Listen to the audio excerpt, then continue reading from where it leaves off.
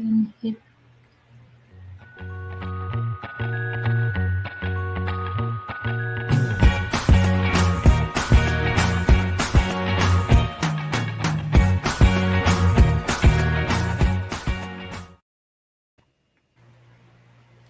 What happens when engineering excellence meets the power of practical innovation? Welcome to the PhD with Women on IT Hack the Future. My name is Jamil Navarrosa, and today's PhD of Positivity Hack delivered will be by our guest Angela Thurman. And we will discuss about her Tech Talk Tuesdays, how Angela Thurman brings innovation to life. Episode 200 starts here. Let me remind you, this is a grassroots community that focuses on women on IT, an inclusive forum of women in technology, startups, and female leaders who are supported by men as well. And I bring heart to that hustle because empathy is my mojo, and empathy is critical in innovation to life. Before we start our discussion, I want to take a moment to shine a spotlight on these some incredible achievements from our community. Huge congratulations to the successful event of Women in Tech Summit Kenya 2025 by Tambua Women in Tech. Congratulations to the speakers, partners, sponsors, and attendees for bringing your energy and passion. Here's to the momentum, the magic, and many more transformative moments ahead. Cheers to Ivana Kasivica on becoming an official Google developer expert in Flutter and Dart. Such incredible milestone and so well deserved. Your passion, consistency, and dedication have truly paid off. Here's to your continued impact, innovation, and leadership in the tech world. Before we begin, I want to take a moment to pay tribute to our former guest.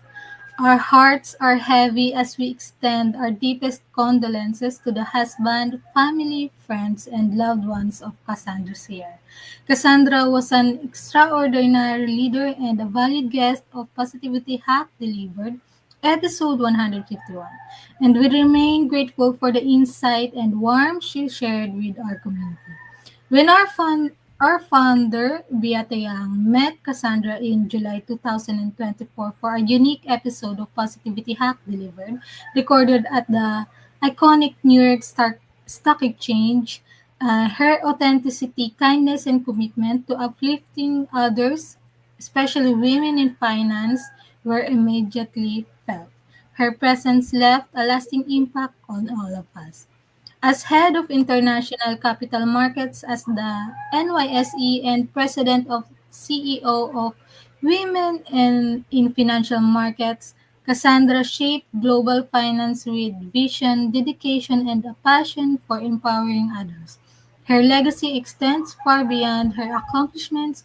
It lives in the people and communities she championed. Cassandra passing leaves a profound void, but her leadership, generosity, and spirit will continue to inspire. May her memory bring comfort to all who loved her. Thank you, Cassandra, for being an inspiring model. Now let's go back to our topic, Tech Talk Tuesdays, how Angela Thurman bring innovation to life. Join us for an inspiring positivity hack delivered with Angela Thurman, founder of Thurman Co, engineering, PMP, Lean Master, and the creator behind the Tech Talk Tuesdays series.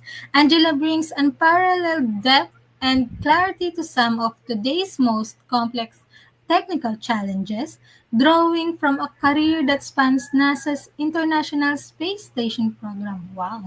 Telecom, network design, global aerospace supplier programs for Boeing and Airbus, and leadership in clean aviation and climate tech.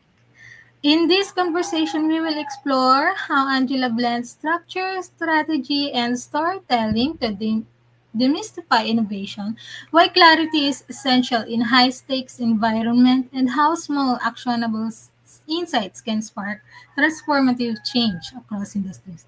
Whether you're a leader, innovator, or a lifelong learner, this episode will inspire you to rethink how practical tech wisdom can shape the future of work. Please join me giving a warm welcome. Welcome, Cassandra. Angela, sorry, Angela. Thank you so much for joining us. And to start, where in the world are you today? Hi, Jamila. I'm in Houston, Texas, in the U.S. Oh, that's very nice. And Um, welcome to the show. And Thank you. to start, your career spans incredible environments from International Space Station program at NASA to global aerospace. What's the one early project that changed how you tackle tough tech problems? Oh goodness, there have been so many because my career has had many different sectors. Um, but gosh, I would say the telecom industry really helped me forge my career um, um, as both as an engineer and as a program manager.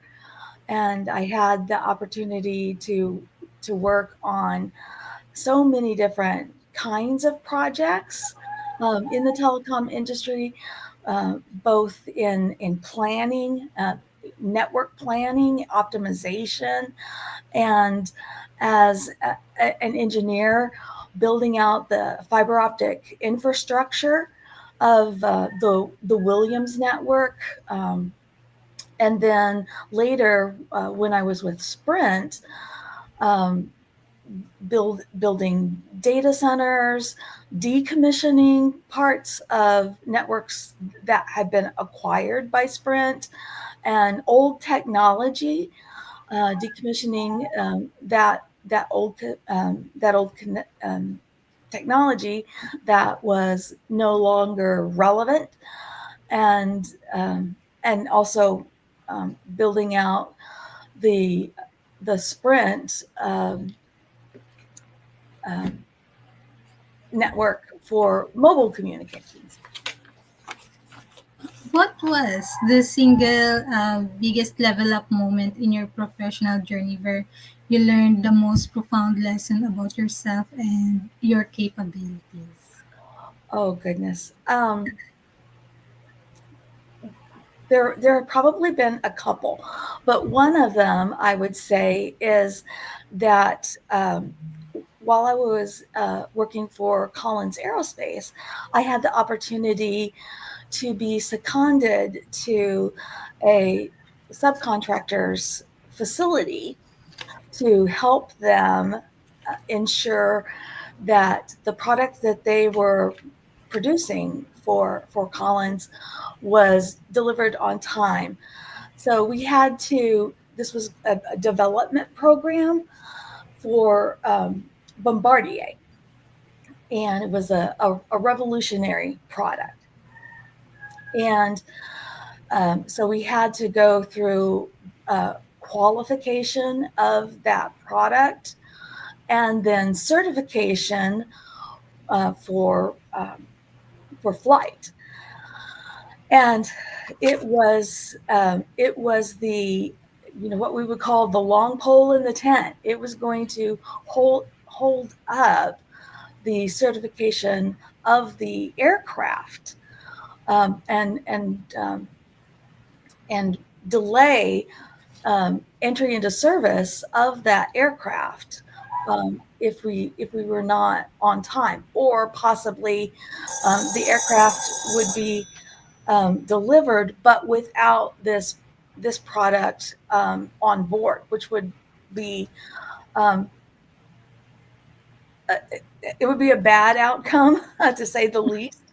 So I was selected and sent to Montreal, as it happened, to help this supplier implement a rigorous project management program to ensure that both software and hardware certification, all of the testing supporting certification was completed. And so that required daily stand up meetings, reporting back to headquarters at Collins, and just generally lighting a fire under the supplier to make sure that everything was performed. And what I thought was going to be a 2-week assignment actually turned into a 3-month assignment. But it was all good, and I developed some good friendships, and really established a relationship with the supplier, and just you know ultimately it had a great outcome, and it helped show my employer that I was capable of much more, because while I was on site at this supplier for this special project, I was still performing my regular duties. So yeah, that was a great time that I reflect back on with a lot of pride. Oh, that's very nice. And multitasking. Wow. And um, moving from designing network systems to leading in clean aviation and climate tech is a huge leap. What inspired you that pivotal shift toward environmental innovation? And what was the core motivation that led you to start Thurman Co? So so I have been with Collins for over 10 years, but in 2020, with COVID, people just they weren't traveling as much, and production for most aircraft lines um, was diminished, and eventually even Boeing shut down production of the 787.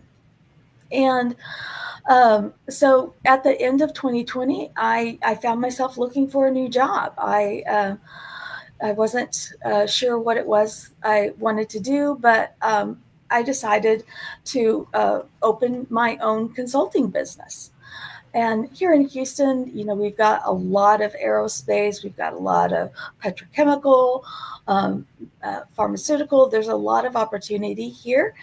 And so that's the reason I started my own consulting business.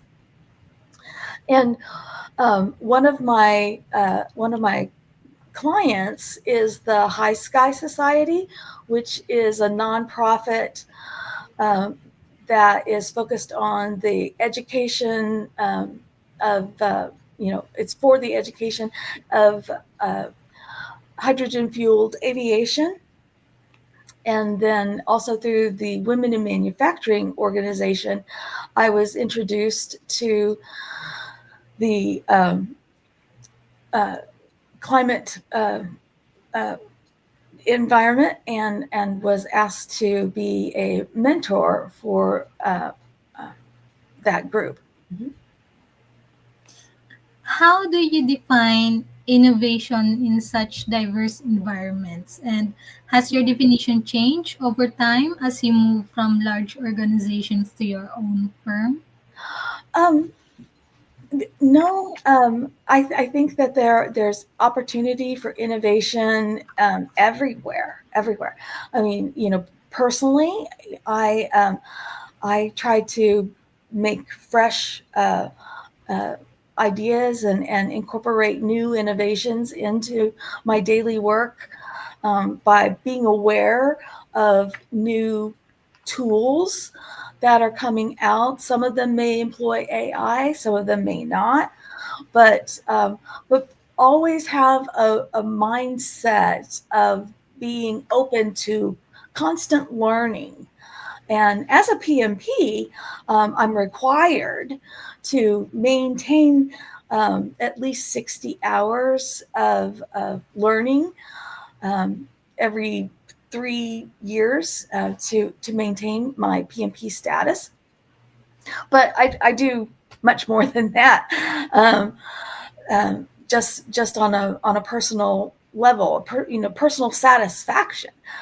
So that was really what was the impetus for these uh, Tech Talk Tuesday short form videos on LinkedIn.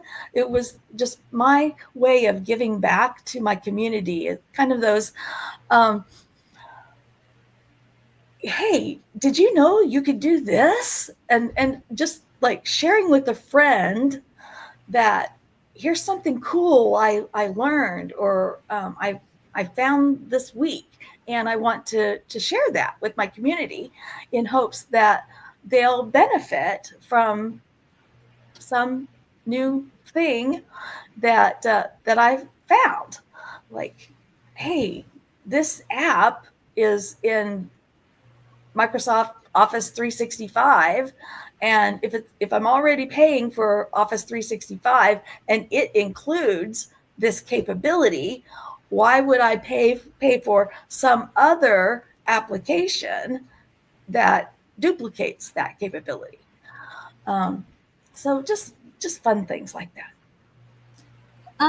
So, um, speaking of Tech Talk Tuesdays, how do you decide which complex topic can be distilled into such an impactful, short 3 to 5 video format?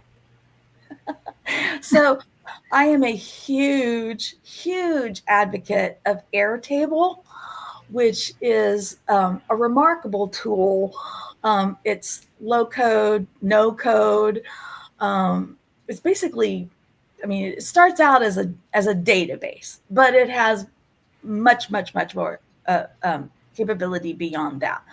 And so whenever I find something, think of something, I I just plop it into Airtable, and I have this database of, oh, one day I'm going to do a Tech Talk Tuesday video about this, and so I've got this long list of things, and eventually those ideas find their way into a Tech Talk Tuesday video. For our listeners who love to learn, how do the longer form content on your blog and the short Tech Talk Tuesdays videos complement each other in how you deliver value? That's a great question. So the blog is much more intentional, and I really have like three or four main themes in my blog, and they're around lean manufacturing, program management, supply chain resilience. There's probably a fourth, but I can't think of it right now.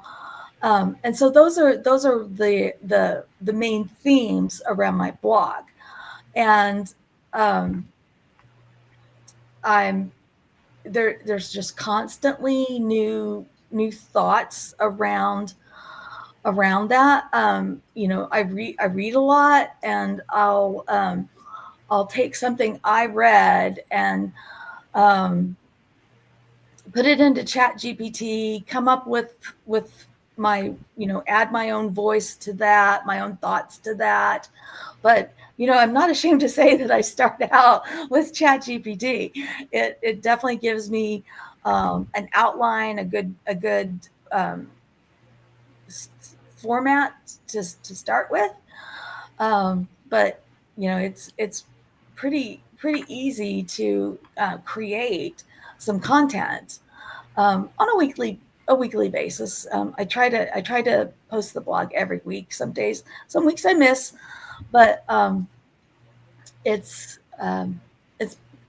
pretty amazing that you can write. I love to write, so you can write 600, 700 words definitely within an hour. I mean, that's just like 3 pages. So, and it's something that I think um,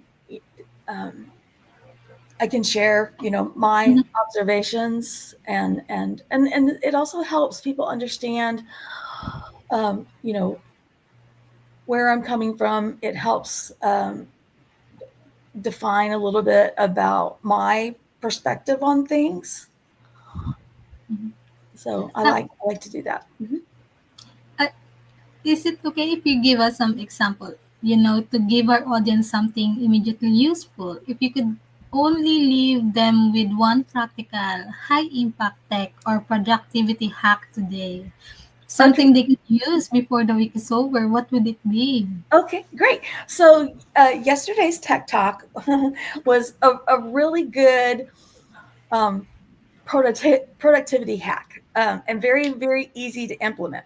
So think about how many times are you invited to a meeting You get a meeting request via email, and all it contains is like the Zoom information or the Teams meeting link, something like that. And you've got no idea why you're being invited to this meeting or what it's about.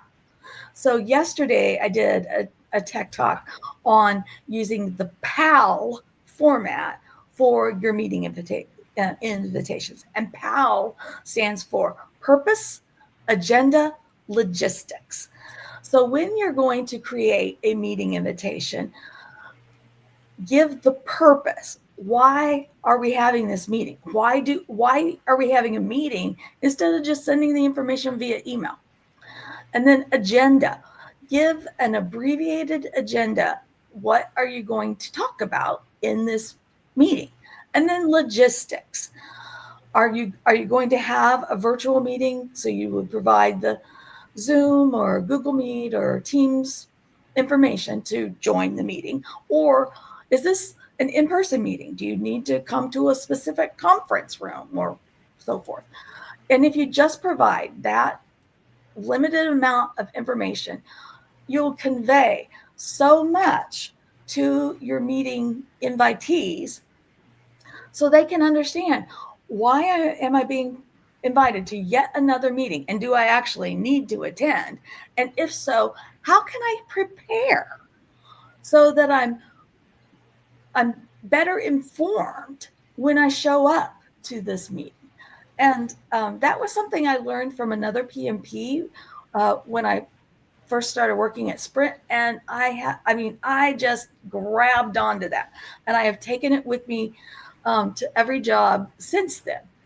And I did. I mean, I just think that that is so.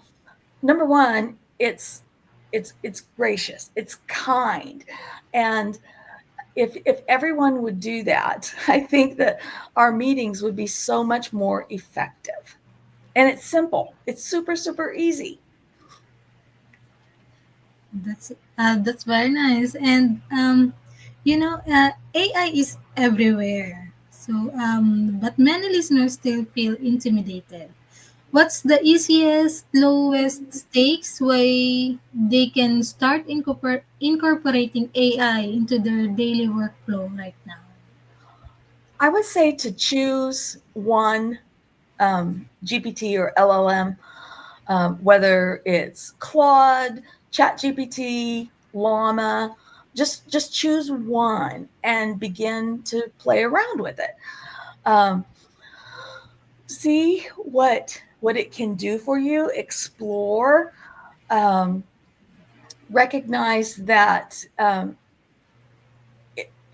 it's not everything. It's not, you know, going to do everything for you, but it can do a lot of research. It can do so much. It can prepare tables. It can prepare um, documents. It can answer research questions, um, and just see how much time you can save by using one of these tools. And then, when you feel comfortable with that basic level of using some GPT, then branch out to something more. Explore the AI capabilities in Canva or some other image development tool. Um, when I think about the hours I used to spend creating PowerPoint decks, it just gives me grief, because now I can create much better um, slide decks in Canva or Gamma than I ever did in the past. They're much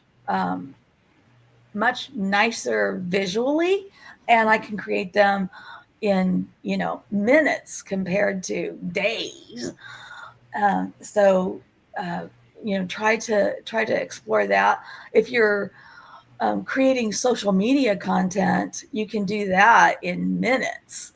And and I would also say, some of these some of these tools you can actually view the prompts of previously created content. I think Sora is great for this. You can look at the prompt that was used to create some of these beautiful uh, images or videos, and you can teach yourself prompt engineering by doing that. And you can train yourself to uh, to create better prompts for the tools that you're using. Speaking of tools, when a leader brings a new tech tool or innovation to a team that is resistant to change, what is the best first step they should take to ensure acceptance and adoption? Oh, that's an excellent point. So to ensure acceptance or adoption in your team, I think the first thing that the leadership should do is to help that team understand how this new tool is going to make their life better, make their life easier. So, is it going to save them time? Is it going to reduce the complexity of the process they have in place today? It should not be about saving the company money, but it should be about the benefit the to the team, the benefits to those people who are actually going to be using the tool. And if you can't make a use case for the team members, they aren't going to care, and they'll be less likely to use the tool, to adopt the tool. So that's why it's so important to consider the um, the implementation from their perspective. Besides clean innovation and climate work, what new technology are you personally most excited about right now? And why should professionals be watching it?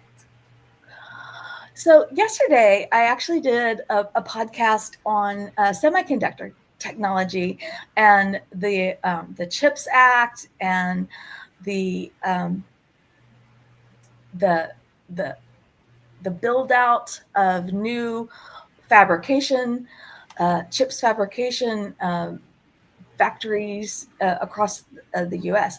And I'm really, really excited to see this happen. And when we see the the influx of $1 trillion of both government funding and private sector funding for the creation of new uh, semiconductor fabrication factories and more across the U.S. That just really, really excites me because it's going to make our supply chain more resilient. It's going to bring new jobs, which is a fantastic opportunity.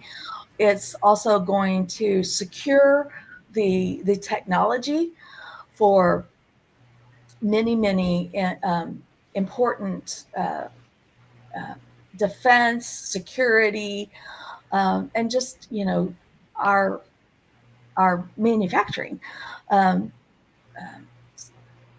rights here in the United States. And I love the fact that we're returning that technology to its origins. I mean, when we consider the fact that the transistor was invented in the US. So let's keep that intellectual property and the advances that this is going to bring. Let's keep that here in the US. So I love that. But um, but just the fact that it's going to make the supply chain so much more resilient when we consider the fact that everything is digital these days. So that means that there's um, a semiconductor, a microprocessor in all of these products. So that's just something I'm really excited about. And being from Texas, or living in Texas now, we have two huge hubs of semiconductor um, production here in Texas. One in North Texas, in the around the Dallas area, and then the other in Austin. So I'm really looking to see what those impacts will be for our Texas economy.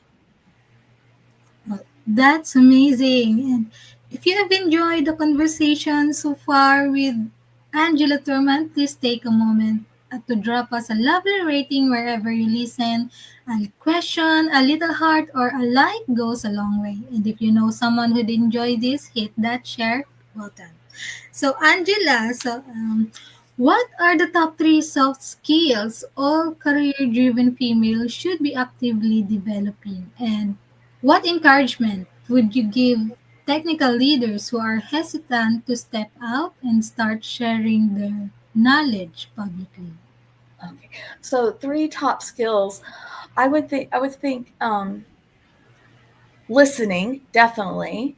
Um, there's a difference between hearing and listening, and so I think that listening is one.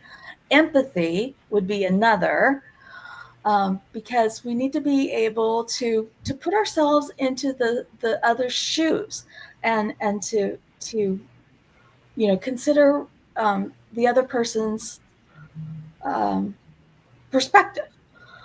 And then third, maybe um,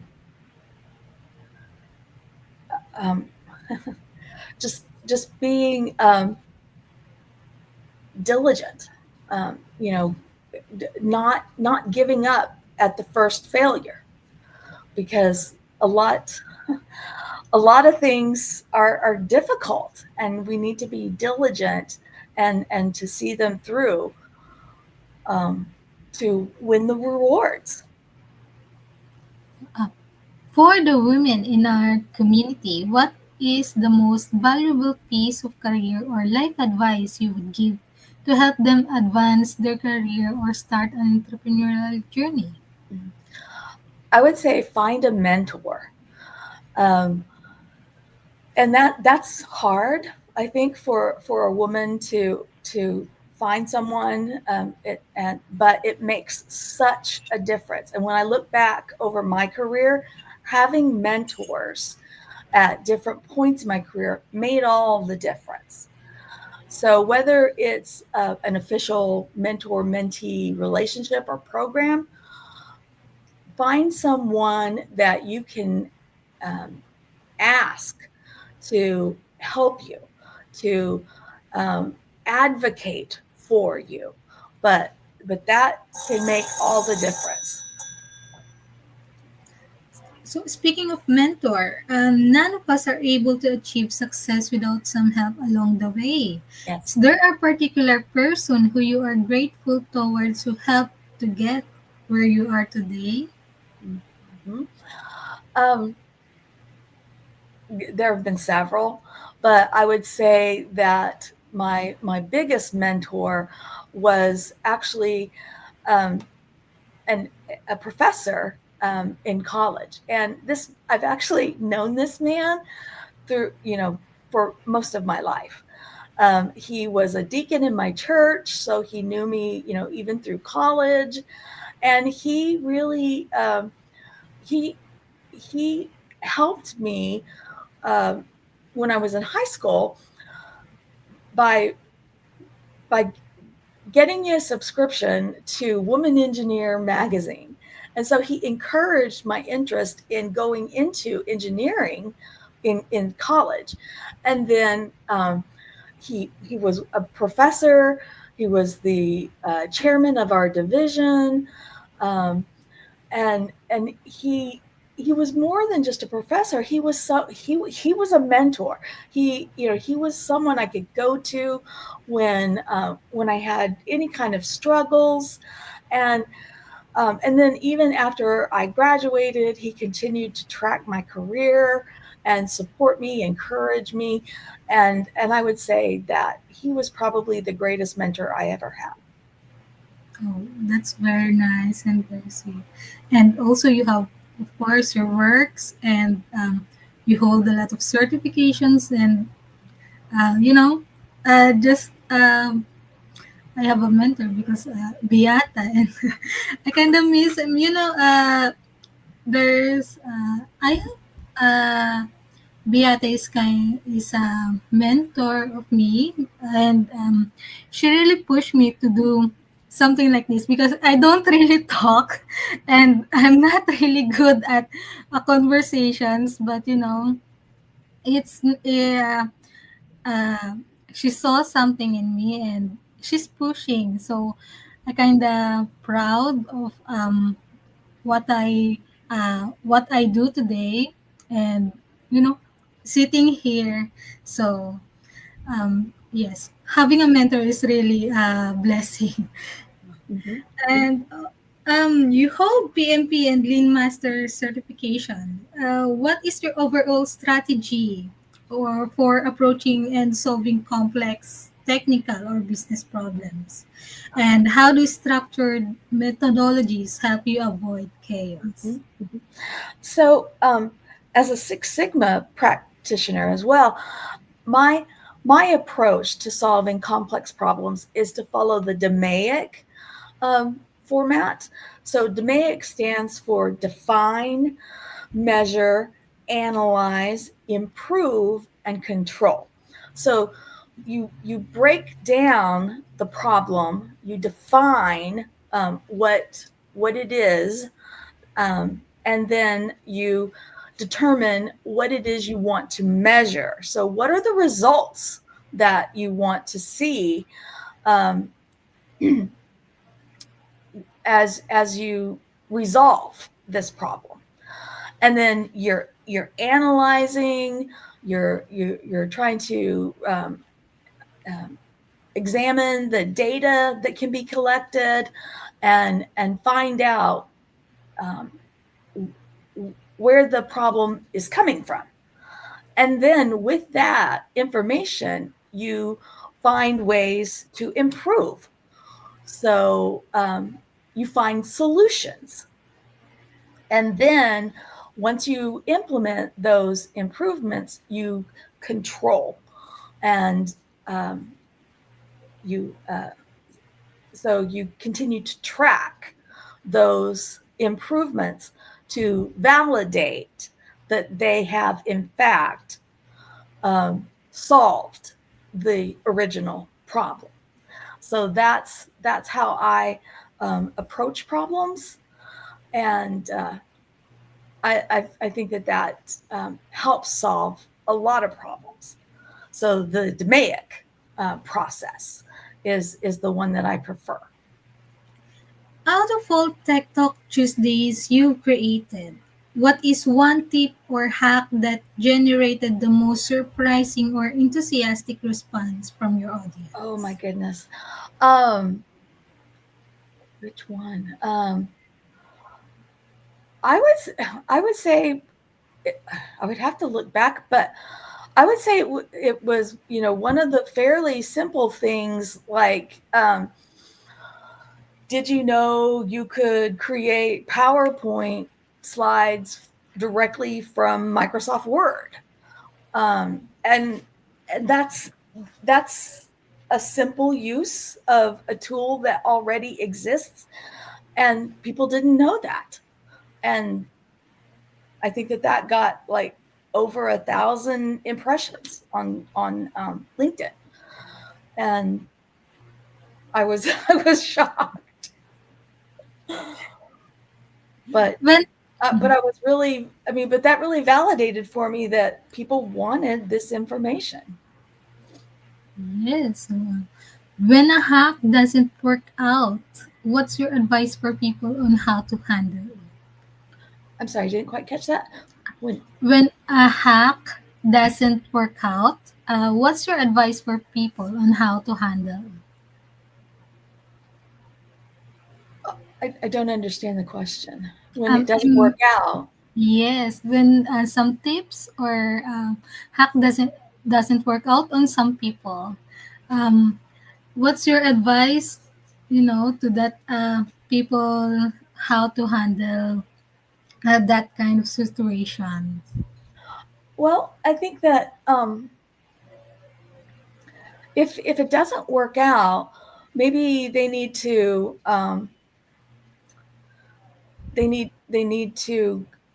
explore additional information about how the tool is used, or um, there may be something wrong with their computer settings. Is that what you mean? Okay, I think that's good. And Okay. so, Angela, are you working on any new exciting projects right now that you can share a hint about? Well, I'll just say that I do support three AI thought leaders with contract management, and so um, through that, I'm constantly being made aware of new advances in AI technology, and that really feeds my thirst for knowledge in the field of AI. And so, yeah, I'll just leave it at that. Well, good luck and looking forward to your many more projects. And so far, as we are going to the end of our show, I'll ask you here. Eleanor Roosevelt once said, "Women are like tea bags. We don't know our true strength until we are in hot water."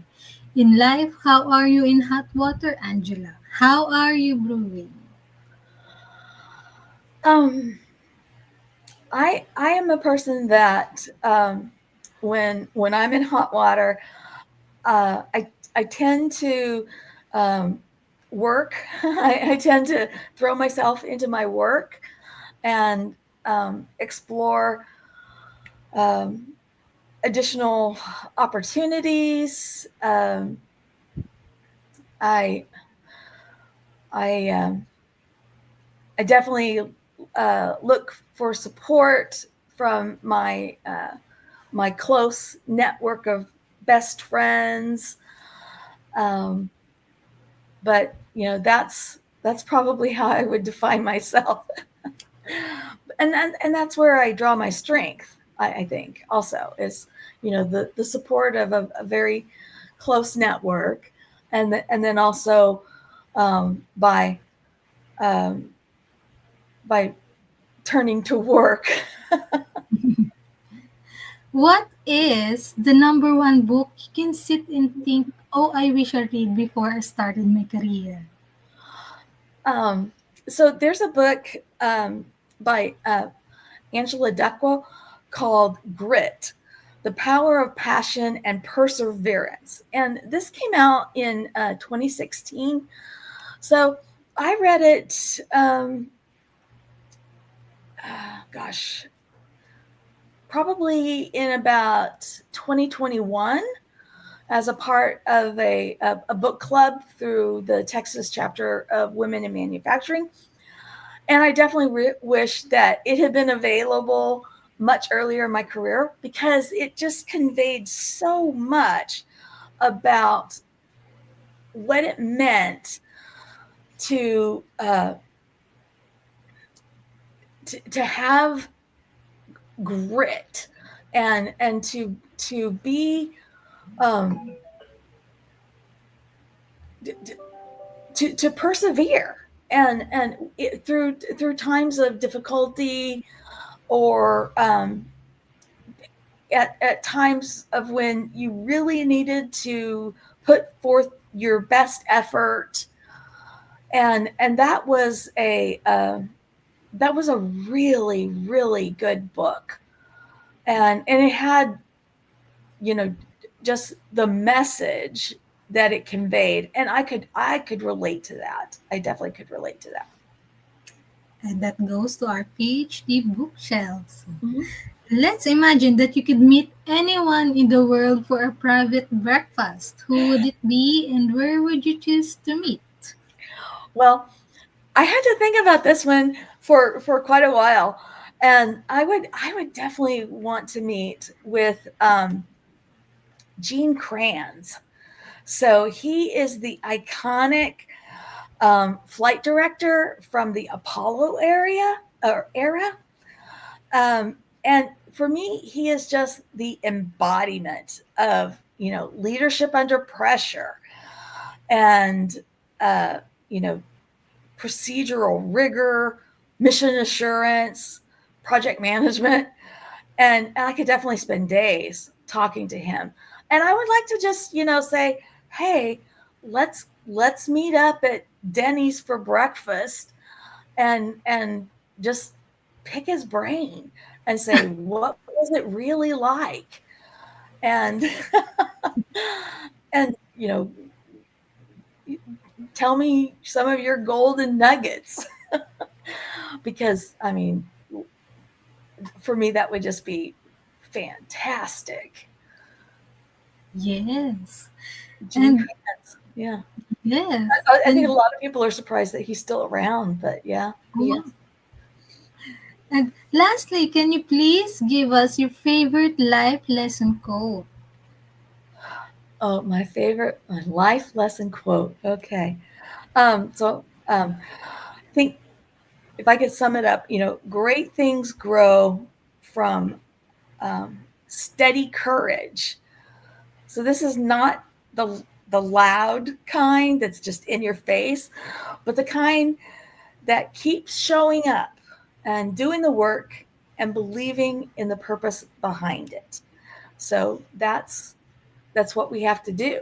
We just have to show up, slow and steady, keep your head down, do the work. And that's it from 200 of the PhD live stream. Thank you so much to our guest, Angela Thurman. And to stay updated and ensure you never miss a positivity hack delivered, follow Women on IT and turn on notifications to be alerted once a video has been released. And next week, tune in next week for our new episode of Positivity Hack Delivered. And thank you to our fabulous team, AJ, Desiree, and Herminia. So, as always, our positivity quote comes from positive thinking only and goes look for something positive in each day. Even if some days you have to look a little harder. Today is your day. Hack the future. Hack the positivity you want. Thank you.